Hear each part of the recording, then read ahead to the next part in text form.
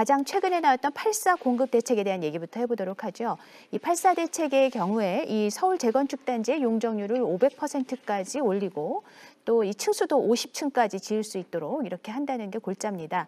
자, 대신에 기부 체납을 늘려서 공공임대주택을 확대하겠다라는 그런 구상을 밝혔는데요. 자, 이 같은 공급 방식을 내놓은 것에 대해서는 어떻게 평가하십니까? 우선 제가 이제 아까 조금 김병민 의원님 아까 말씀하신 거에 이어서 좀 말씀을 좀 드리고 공급 대책에도 좀 말씀을 올리면 어떨까 싶습니다. 짧게 해주시기 바랍니다.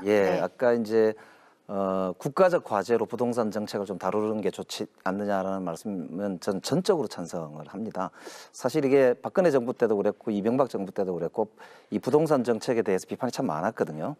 그러니까 그때 다 말씀드릴 수는 없습니다만 똑같은 고민이 이제 문재인 정부에서도 진행이 되고 있는 거거든요. 우리가 집이 지난 한 10년간 공급된 것에 비해서 이 자가율이 지금 현재 56%를 못 넘어서고 있는 걸 보면 대부분 부주택 이상 가진 분들이 또 사는 경우가 더 이제 상당히 많다는 걸 알 수가 있습니다. 그러다 보니까 이게 이제 실수요자에게 공급되지 못하는 문제가 하나 있고 또 하나는 아까 이제 2014년에 그 재건축 3법이 통과가 되면서 나타난 현상인데요. 이 3주택까지 한 사람이 이제 조합이 분양을 받다 보니까 이 재건축의 경우에 2,000세대가 공급이 될 경우에 실제 청약을 통해서 일반 분양을 받을 수 있는 건 60채 정도밖에 안 된다고 합니다. 그러니까 그러다 보니까 더 이게 귀한 이제 소위 투기적 요소로 변할 수밖에 없는 구조를 가지게 된 게 문재인 정부에서 분양이 시작이 된 것이거든요. 그러다 보니까 문재인 정부가 출범하자마자 2017년도에 6월 19일 날 첫 번째 대책이 나오고 그다음에 8.2 대책이 나옵니다. 그거의 핵심이 투기 지역을 지정하는 걸 확대하고 투기를 막겠다라고 하는 정책으로부터 문재인 정부의 부동산 정책이 시작이 됩니다. 그리고 이제 그 뒤에 쭉 여러 가지 1년에 한 번씩 주요 정책들이 나오게 되는데 최근에 6.17 대책과 7.10 대책이 이제 이 전체적으로 보면 이 세제를 예전보다 획기적으로 강화하고 그리고 공급도 이별 8.4를 또 통해서 하면서 동시에 이제 아까 말씀하신 임대차 3법을 드디어 31년 만에 그것도 31년이라는 건 이겁니다. 89년도 노태우 정부 때 여소야대가 되면서 그때 1년이었던 그 임대차 계약의 기간이 2년으로 늘어났거든요. 네, 임대차 3법에 대해서는 저희가 잠시 후에 토론해 보도록 그래서 이렇게 하겠습니다. 종합적으로 사실은 대책을 세운 게 이번 대책이 되겠습니다만 그래서 이제 아까 말씀하신 대로 전체적으로 빨리 좀 이거에 대응하지 못했다라고 하는 비판에 대해서는 저도 상당히 마음 아프게 생각합니다만 이번에 있는 대책을 포함해서 투기적 요소를 차단하기 위한 문재인 정부의 그동안의 노력들이 사실은 일관되게 진행이 되어 왔는데 그 이유가 바로 아까 말씀드린 대로 전 세계적으로도 그렇지만 많이 풀려있는 이 양적 완화에 대한 이 대응이 한편으로는 굉장히 필요했고 또 하나는 투기적 요소를 조장했던 그 박근혜 정부의 정책의 후유증을 치유하기 위해서 상당히 애를 먹었다는 점에 대해서는 좀 분명히 맞습니다. 자, 이 문제로 계속 토론을 하면 저희가 토론이 앞으로 나갈 수가 없기 때문에요. 8.4 대책에 대해서 얘기를 해주시죠. 그리고 이제 마지막으로 8.4 대책을 좀 말씀을 아니요. 지금 얘기를 너무 많이 하셔서 다른 분들에게 먼저 발언권을 좀 드리도록 하겠습니다. 그 8.4 대책 이야기를 드리긴 할 텐데 이어지는 이야기여서 그 김병민 의원님 아까 이제 말씀이 제가 특정 정부를 또는 특정 정권을 편드는 발언처럼 오인되게 할 소지가 있어서. 소장님, 그 앞선 얘기는 여기서 정리하도록 하겠습니다. 제가 이어지는 이야기여서 그래요. 지금 이걸 이제 저는 정권별로 보는 게 아니고요. 사실 주택시장이라는 것은 경제 흐름에 굉장히 크게 좌우가 됩니다. 다들 아시겠지만 지금 주택시장을 자극하는 가장 큰 요인은요. 오히려 저금리와 유동성 문제인 거고요. 전 세계적으로 유동성이 너무 늘어나 있어요. 그런데 제가 이제 아까 빚내서 집 사라 정책이 문제라고 이야기했던 건 뭐냐면 공급 대책에 대한 논평하고 이어지기 때문에 그렇습니다. 저금리, 가뜩이나 저금리고 유동성이 풀려 있는데 여기에 대출 규제 더 풀어주고 빚내서 집 사라고 하고 그 투기 또는 투자하기 좋도록 수익성을 올려주는 그런 판을 만들어 놓고 이렇게 투기를 자극하게 만들어 놓은 데 대한 책임은 당연히 이야기해야 되는 거고요. 그렇다고 해서 문재인 정부가 그러면 그동안에 이렇게 실시해왔던 정책들이 다 효과적이었느냐? 저도 아까 말씀드렸다시피 굉장히 엇박자 정책을 냈고 이 제대로 가감한 대책을 못 냈기 때문에 오히려 시장을 내성을 키웠고 그렇게 해서 집값이 뛴 거 맞습니다. 그리고 특히나 대출 규제를 한다고 하지만 핀셋 규제라는 형식으로 해서 계속 대상 지역을 이렇게 옮겨 다닐 수 있도록 그렇게 풍수 효과가 나타나도록 그렇게 했던 잘못도 굉장히 있습니다. 제가 그걸 지적하고 싶은데요. 다만 지금 8.4 대책과 관련해서는 공급이 부족해서 집값이 오른 것 아니냐 이런 식의 이제 언론 비판들도 많이 나오는데 제가 정확하게 팩트 하나만 말씀드리겠습니다. 2014년과 2014년 이전과 2015년 이후로 나눌게요. 왜냐하면 수도권의 집값이 2014년 정도까지는 하향 안정세 내지는 좀 안정돼 있었던 시기고요. 2015년부터 2014년 하반기부터 본격적으로 집값이 뛰었는데 만약 주택 공급이 부족해서 그렇다고 그러면 그때 최근으로 오면 올수록 공급이 부족했어야죠. 그런데 통계를 보면요. 이거는 대한건설협회에서 낸 자료이기 때문에 뭐 틀린 이야기가 아닐 것 죄송합니다. 국토부에서 낸 자료이기 때문에 틀린 이야기가 아닐 텐데요. 수도권의 입주 기준으로는 2014년 이전에 비해서 2015년 이후에 평균 40.6%가 더 늘어났습니다. 그 이전 시기보다. 그 다음에 서울의 경우에도 18.2%가 늘어났고요. 준공 기준, 즉 입주 기준이 아니라 착공 기준으로 보더라도 수도권의 경우에 46%가 늘어났고요. 서울의 경우는 20.2%가 늘어났습니다. 이렇게 주택 공급이 더 늘어났는데 주택 공급이 부족해서 자꾸 뛰었다라고 이야기하면 그거는 어불성설이고요. 그래서 주택 공급을 하지 말자는 이야기는 아니지만 자꾸 주택 공급이 부족해서 그렇다. 그래서 지금 시장이 투자나 투기 수요가 몰려서 그런 것이 아니라 정상적으로 시장 가격 장치 때문에 오른 거다. 자꾸 이런 식으로 이렇게 몰아가면서 정부 보고 공급을 하라. 그렇다면은 8.4 대책에 대해서는 어떻게 평가하십니까? 자, 그래서 공급을 자꾸 하라라고 부추기면서 결국은 그 압박에 못 이겨서 정부가 대책을 내놓는 게 뭐냐면 자, 재건축 뭐 용적률 규제라든지 청수 규제라든지 심지어는 일부 그린벨트 지역까지 풀어서 공급을 하겠다 이렇게 만들어주잖아요. 그럼 재건축에 용적률 풀어주고 또 한편으로는 청수 규제를 풀어주면 어떻게 됩니까? 사업성이 올라가죠. 그럼 투자자 입장에서 보면 훨씬 투자하기 좋아진 여건이 되는 거예요. 그래서 제가 말씀드린 건 뭐냐면 공급을 하더라도 이렇게 투자 또는 투기를 자극하는 방식으로 이렇게 하는 규제 완화 이런 방식으로 무리하게 할 필요는 없다. 8.4 대책이 투기와 투자를 조장한다. 아니 투기를 조장한다. 그래서 잘못됐다. 공급이 절대 부족하지 않은데 여론이라든가 아니면 언론의 비판에 내몰려서 문재인 정부가 할 수 없이 내놓은 8.4 대책 투기를 조장하기 때문에 잘못됐다. 이렇게 선대인 소장께서 주장하셨는데요. 다 일리가 있으신데 중요한 거는 지금 8.4 대책이라는 건 공급 대책입니다. 말 그대로. 공급이 부족하지 않는데 지금 우리나라에는 집이 2,200만 채가 있습니다. 집을 자기 이름으로 가진 사람이 1,300만이고 900만 채는 누군가 더 가지고 있습니다. 그 더 가지고 있는 집 중에 한 150만 채는 저 시골에 있습니다. 이 수도권만 해도 수도권이나 대도시에 집을 가진 사람이 더 가지고 있는 게 약 700만 채가 넘습니다. 그 사람들이 계속 사재기를 하고 있어요. 지난 10년간 590만 채를 공급했는데 490만 채를 그중에 270만 개를 집을 가진 사람이 또 샀습니다. 그건 뭐냐 하면 집을 여러 채 가지면 가질수록 집값이 올라가니까 더 사고 하는 사람이 생긴다는 거죠. 그래서 사재기 현상 때문에 집값이 올라가는 건데 그러면 반대로 공급이란 건 뭐냐? 사재기된 물량이 한 100만 채나 200만 채가 시장에 확 나오게 하면 공급이 되는 겁니다. 그거 자체가.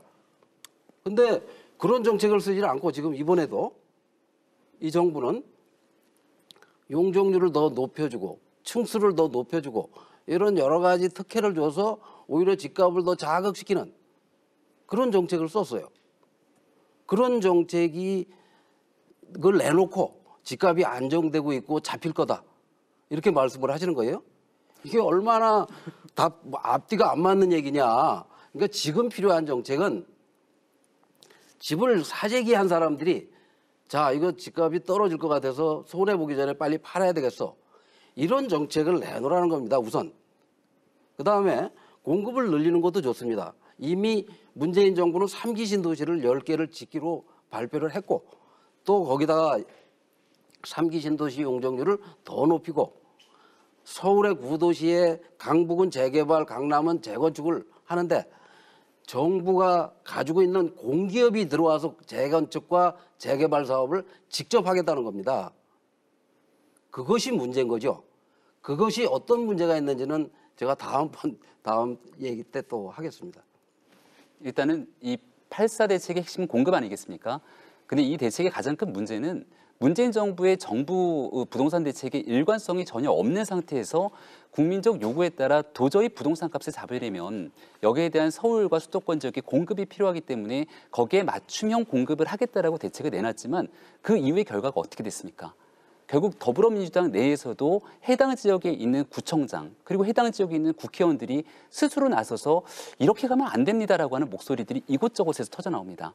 그렇다면 집권 여당이 얼마 전 부동산에 대한 임대차 3법을 한 3일, 4일 만에 신속하게 전광석화처럼 처리되는 모습들을 봤을 때는 충분하게 당정청이 부동산 문제가 이처럼 심각한 상황이기 때문에 국민들과 당내에 의사소통을 통해서 정부 정책을 마련해야 되는데 이러한 모습들을 보면서 국민들이 받게 되는 신호는 이것도 결국은 부동산 값이 올라가고 민심이 들끓으니까 일회성 조치로 대책을 내놓지만 결국은 다시 흐지부지 끝나는 것이 아닌가에 대한 심리적인 국민들의 불안감만 가중시킬 수 있다는 거죠.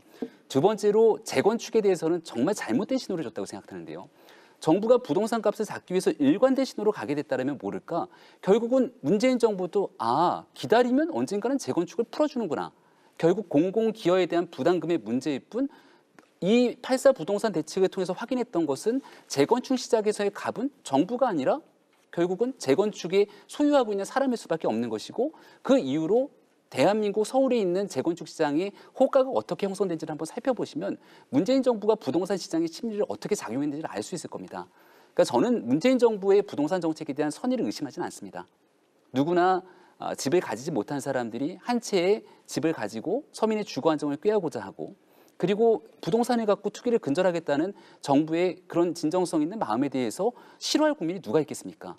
하지만 제일 중요한 건 정책은 선의로 하는 게 아닙니다. 그 정책에 대한 결과에 대해서 책임을 져야 되는데 선의로 내놓는 정책에 대한 부작용으로 결국 그 피해는 고스란히 서민의 몫으로 돌아왔기 때문에 8.4 대책을 통해서 약속했던 공급이 제대로 이루어지게 될 것인지 여기에 대한 고민이 필요하고 사실 이 지점보다 조금 전에 3기 신도 시기를 끄집어냈는데요. 우리 공급 문제를 얘기했을 때는 1기 신도시가 벌써 재건축 연한인 30년이 다 도래가 되게 됩니다. 그럼 그 많은 1기 신도시에 대한 전체적인 이 재개발 혹은 여기에 대한 재건축 등을 통해서 도시를 획기적으로 바꿀 수 있는 공간들을 구축할 수 있는 시간들이 있었을 텐데 그런 일관성 있는 청사진이 없었다는 데 굉장히 큰 아쉬움이 있습니다. 그러면 재건축 규제를 강화하자는 뜻인가요? 그렇지는 않습니다. 하지만 적어도 문재인 정부의 정책을 끌어나가는 데에 대해서는 분명한 일관성이 있어야 되는 것 아니겠습니까? 우리 정부가 만약에 우리 정당이 정권을 잡아서 정책을 수행했으면 그런 방식으로 가지는 않았을 겁니다. 하지만 문재인 정부가 정책을 쏟아내는 과정에서는 규제 일변도의 정책을 쏟아내고 기다려라. 시간이 지나면 결국은 여기에 대해서 부동산 값이 잡힐 거다. 아마도 국민들 입장에서는 특히 문재인 정부를 지지하는 국민들께서는 4월 15일 총선 전에 좀 기다렸을 겁니다. 총선이 끝나고 와서 상황이 어떻게 되는지 좀 지켜보자. 입법화되는 과정을 보자. 하지만 그리고 나서 나타났던 부동산 값의 폭등과 함께 문재인 정부는 우왕좌왕 흔들리면서 결국 그 정책의 일관성을 잃어버렸거든요. 그러니까 그 문제는 이제 8.4 대책에 대해서 아까 이제 말씀을 하는 와중인데 8.4 대책의 전제는 투기적 수요를 세제를 통해서 세제를 강화해서 잡겠다라고 하는 의지를 710 대책이죠. 그렇죠. 그러니까 710하고 617에서 이제 주로 뒤에 있는 게 세제를 강화하는 문제를 포함하고 그리고 실수요자에 대한 문제에 대해서는 8.4를 중심으로 이제 공급에 대한 대책을 내놓은 거 아닙니까? 그러니까 부동산 정책이라고 하는 게 전체적인 종합적인 계획을 기초로 해야만 성공할 수 있다고 볼 때 아까 말씀하신 대로 투기적 수요에 대해서는 종부세나 거래세나 혹은 임대주택 사업자에 대한 여러 가지 제도 개선들을 통해서 이제 흡수를 하고 그리고 실수요자들에게 대해서는 맞춤형으로 아주 이제 교통 요지라든지 혹은 뭐 젊은 사람들이 좀 접근하기가 좋은 곳이라든지 뭐 여러 여건들을 감안해서 공공택지를 중심으로 해서 일반 분양을 하더라도 공공적으로 시행이 될 수 있도록 하는 구조를 짜고 특히 이제 우리 아까 제가 말씀드렸지만 강남 특혜 3법이 통과된 2014년 이후로 재건축이 투기적 대상으로 급격하게 진행된 점을 좀 비판적으로 봐서 그걸 더 지금 투기를 하게끔 아니죠. 재건축의 공공적인 요소를 가미를 함을 통해서 그 투기적 요소를 한 80%에서 90% 정도를 현물로 흡수해서 그거를 서민들과 중산층들에게 양질의 주택의 기회를 제공하자라고 하는 취지로 지금 재건축과 관련한 공공 재건축의 정책이 이제 준비가 된 것이란 말입니다. 그게 가능할 것 같습니까? 거기서 강남 재건축 단지에 있는 분들이 그거를 그렇게 할 것 같습니까? 그러니까 이제 저도 사실은 의원님께서는? 성북구청장을 지내봤는데요. 예. 이게 이제 정책의 신뢰성이 얼마나 높으냐에 따라서 정부가 발표하면 그 다음 바로 이렇게 반응하는 이런 속도가 있긴 하지만 역대 정부들에서도 이제 그런 고민이 있었습니다만 지금부터라도 아니, 지금 우리가 보십시오. 정책의 일관성을 가져간다면 저는 충분히 이거는 서로가 윈윈할 수 있는 아니 구조를 제가 가지고 있다라고 말씀드릴게요. 보죠. 617-710-84 한 달에 한 번씩 내놓은 겁니다. 그렇죠? 불과 한 달에 한 번씩 대책을 내놨어요. 지금 말씀하신 대로 그걸 좀 종합해서 충분히 내부 토론도 하고 여론도 수렴하고 여기저기 의견을 들어서 석 달 후에 종합대책이 나와도 될 걸 한 달에 한 번씩 쫓기듯이 거기다 임대차 3법까지 하면 4번입니다. 아무 누구하고 협의도 없이 자기들끼리 몰래 모여서 충분한 의견 수렴은커녕 이게 어디서 누구 의견인지도 모르는 효과가 있을지 없을지도 모르는 그래서 지금 계속 땜질하고 있지 않습니까? 세제도 땜질하죠. 이 임대차 3법도 땜질하죠. 공급대책도 지금 부총리가 경제부총리가 임대 주택 재건축 규제를 풀기 위한 재건축 재개발 이 조합원들을 만나서 그걸 설명하고 다니고 있어요. 지금 경제부총리가 부동산 공급 대책을 발표합니다. 국토부 장관은 세제 정책을 발표하고 이런 한심한 정책 발표가 국민에게 신뢰를 떨어뜨리는 거고 신뢰를 갖지 못하게 하는 거고 그런 것들에 대한 책임을 지금 정부는 이 정부가 내놓는 거는 전부 강남 또는 다주택자, 임대업자 또는 무슨 감독기구를 만들어서 대부분 다 이 시민들을 국민들을 감시하겠다. 국민들이 집값을 올린 게 아닙니다. 정책 실패, 정책을 만드는 사람, 정책을 설계하는 사람, 정책을 발표하는 거에 따라서 움직이는 거지. 그 왜 국민들한테 그 책임을 돌리다가 또 툭하면 저 과거 정권에다가 책임을 미루고 자기들은 아무런 책임지는 사람이 한 네. 명도 없었어요. 네. 부총리, 이번에 장관. 네. 아무도 책임을 짓지 않으면서 네, 책임을 이번에 그 남한테 재건축 또 규제